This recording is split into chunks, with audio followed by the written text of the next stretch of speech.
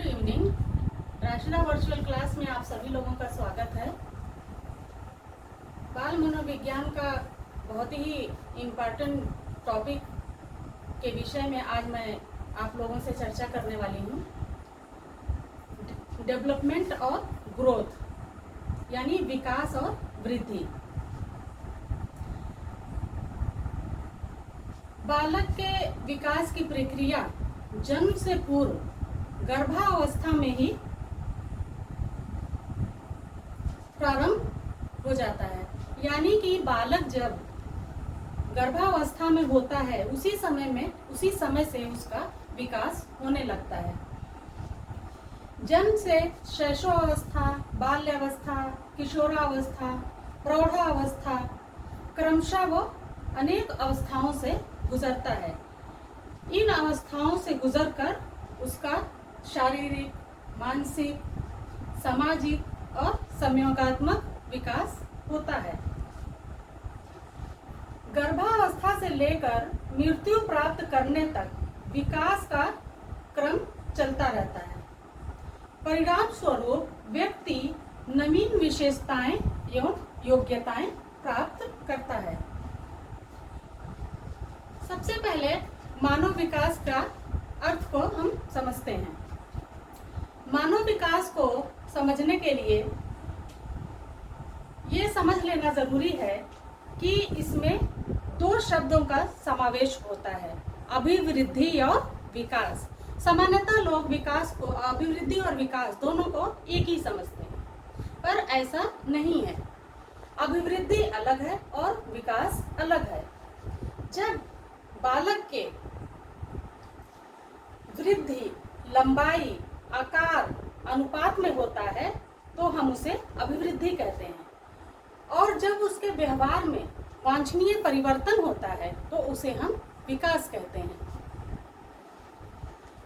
व्यक्ति के व्यवहार में जो परिवर्तन होता है, जैसे छोटा बच्चा जब वस्तु को पकड़ता है, पानी पीता है, ये क्या है? विकास है। और जब उसका आकार बढ़ता है तो वो क्या है?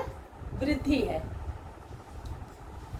वृद्धि और विकास में एक चीज और समझ लेना बहुत जरूरी है। वृद्धि जो है एक निश्चित समय तक होता है, एक निश्चित अवधि के बाद रुक जाता है। जो भी ग्रोथ है, बढ़ना है, उसका लंबाई बढ़ना है, वो क्या है? जैसे 22, 23, 21 तक लगभग पूरा हो जाता है और रुक जाता है। लेकिन विकास क्या है? एक कॉन्टिन्यूअस प्रोसेस है। ये निरंतर चलता रहता है और जीवन भर चलता रहता है। यानी विकास का कोई निश्चित अवधि नहीं है। जीवन पर्यंत विकास चलता रहता है। विकास की 4 अवस्थाएं होती हैं। सबसे पहली अवस्था जो है वो है शैशव अवस्था, जो 2 साल तक मानी जाती है। शैशव अवस्था जन्म से लेकर 2 साल तक मानी जाती है। बाल्य अवस्था 6 से लेके 12 साल तक होती है, 6 to 12। किशोरा अवस्था 12 से लेकर 18 साल तक माना जाता है, यानी 12 to 18। वयस्का अवस्था 18 से लेकर 35 साल तक माना जाता है, यानी 18 to 35। उसके बाद 5वीं अवस्था आती है प्रौढ़ा अवस्था। ये 35 से ऊपर तक, यानी 35 साल के बाद की जो भी समय है वो सब क्या है? प्रौढ़ा अवस्था माना जाता है। ये 5 अवस्थाएं जो हैं, इन 5 अवस्थाओं से गुजरकर बालक का पूरा विकास होता है। विकास जो है वो कई प्रकार का होता है, जैसे शारीरिक, मानसिक, सामाजिक, संवेगात्मक। तो जैसे मान लीजिए फर्स्ट अवस्था जो शैशव अवस्था है 2 साल तक का होता है, इसमें वो सभी विकास होंगे। उसका शारीरिक विकास भी होगा, उसका मानसिक विकास भी होगा, और उसका संवेगात्मक विकास भी होगा और सामाजिक विकास भी होगा। इसी प्रकार इन सभी अवस्थाओं यानी पांचों अवस्थाओं में वो सारे डेवलपमेंट होंगे एज के अकॉर्डिंग। मतलब कितना साल से कितना तक की अवस्था है, इस अवस्था में वो सभी विकास होते हैं। शैशवावस्था में, जो कि सबसे पहली अवस्था है, 2 साल तक का मानी गई है, बच्चा जब जन्म लेता है तो उस समय उसे कुछ भी नहीं पता होता है। वो बिल्कुल, उसके कोई इमोशन नहीं होता, उसके पास कुछ नहीं होता। लेकिन जब थोड़ा सा बड़ा होता है तो वो स्माइल देना शुरू कर देता है, रोन, तो संज्ञात्मक विकास उसका होने लगा। इस अवस्था में सामाजिक विकास नहीं होता, थोड़ा बहुत मान सकते हैं, वो अपने परिवार के सदस्यों के बीच ही रहता है। शारीरिक विकास उसका, वो बैठने लगता है, चलने लगता है, और चलने और बैठने के अलावा थोड़ा बहुत मतलब घर के अंदर खेलता भी है, बाहर अभी वो बहुत ज़्यादा नहीं जाता। इस अवस्था में उसका विकास बहुत ज़्यादा नहीं होता, अभी थोड़ा थोड़ा होता है। उसके बाद वो प्रवेश करता है बाल्य अवस्था में। बाल्य अवस्था 6 से 12 साल तक का माना गया है, और ये जो है वो बहुत ही महत्वपूर्ण अवस्था है, बाल्य अवस्था है। इसमें क्या है, बालक अनुकरण कर करके सब चीज़ सीखता है, जैसा उसके साथ आप व्यवहार करेंगे वैसा उसका व्यवहार होगा। तो यह अवस्था, बाल्य अवस्था जो है, अनुकरण का अवस्था भी कहा गया है, ये बहुत ही इम्पोर्टेंट है। वो स्कूल अब जाने लगता है, और उसका सामाजिक विकास भी यहाँ पर होता है। वो खेलने जाता है, वहाँ भी होता है, स्कूल जाता है, वहाँ भी होता है, और परिवार के सदस्यों के साथ तो होता ही है। संज्ञात्मक विकास भी उसका यहाँ ज़्यादा होता है, वो स्कूल के लोगों से इंटरेक्शन करता है, क्रीड़ा समूह होता है, वहाँ भी इंटरेक्शन करता है, तो हर तरह के इमोशनल डेवलपमेंट भी यहाँ पर उसका होता है। शारीरिक विकास उसका यहाँ पर लगभग आधा हो चुका होता है। बाल्यावस्था में शारीरिक विकास उसका, वो खूब खेल सकता है, दौड़ सकता है, पढ़ सकता है, सब कुछ उसका विकास यहाँ पर हो जाता है। उसके बाद बालक जो है वो बाल्यावस्था के पास तीसरी अवस्था यानी किशोर अवस्था में जब प्रवेश करता है, ये अवस्था बहुत ही इम्पोर्टेंट है। वो क्या है, किशोर अवस्था जो है परिवर्तन की अवस्था है। इसमें बहुत तेजी से हार्मोन्स परिवर्तित होते हैं, बच्चे के व्यवहार में बहुत तेजी से परिवर्तन होता है, और वो उसका इमोशनल संवेगात्मक विकास भी बहुत तेजी से होता है। उसके अंदर क्यूरियोसिटी बहुत आ जाती है।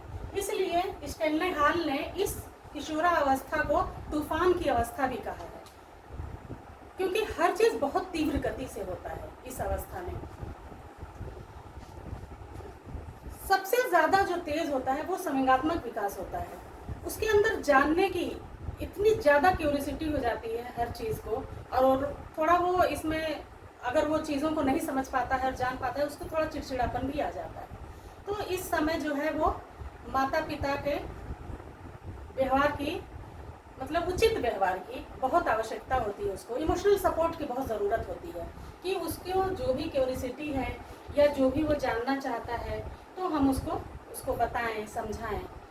ये अवस्था में बच्चे को बहुत केयर की ज़रूरत होती है। किशोरा अवस्था जो है वो बहुत ही इम्पोर्टेंट है विकास के लिए, और वृद्धि तो उसका मानसिक विकास भी लगभग यहाँ पर पूरा हो चुका होता है।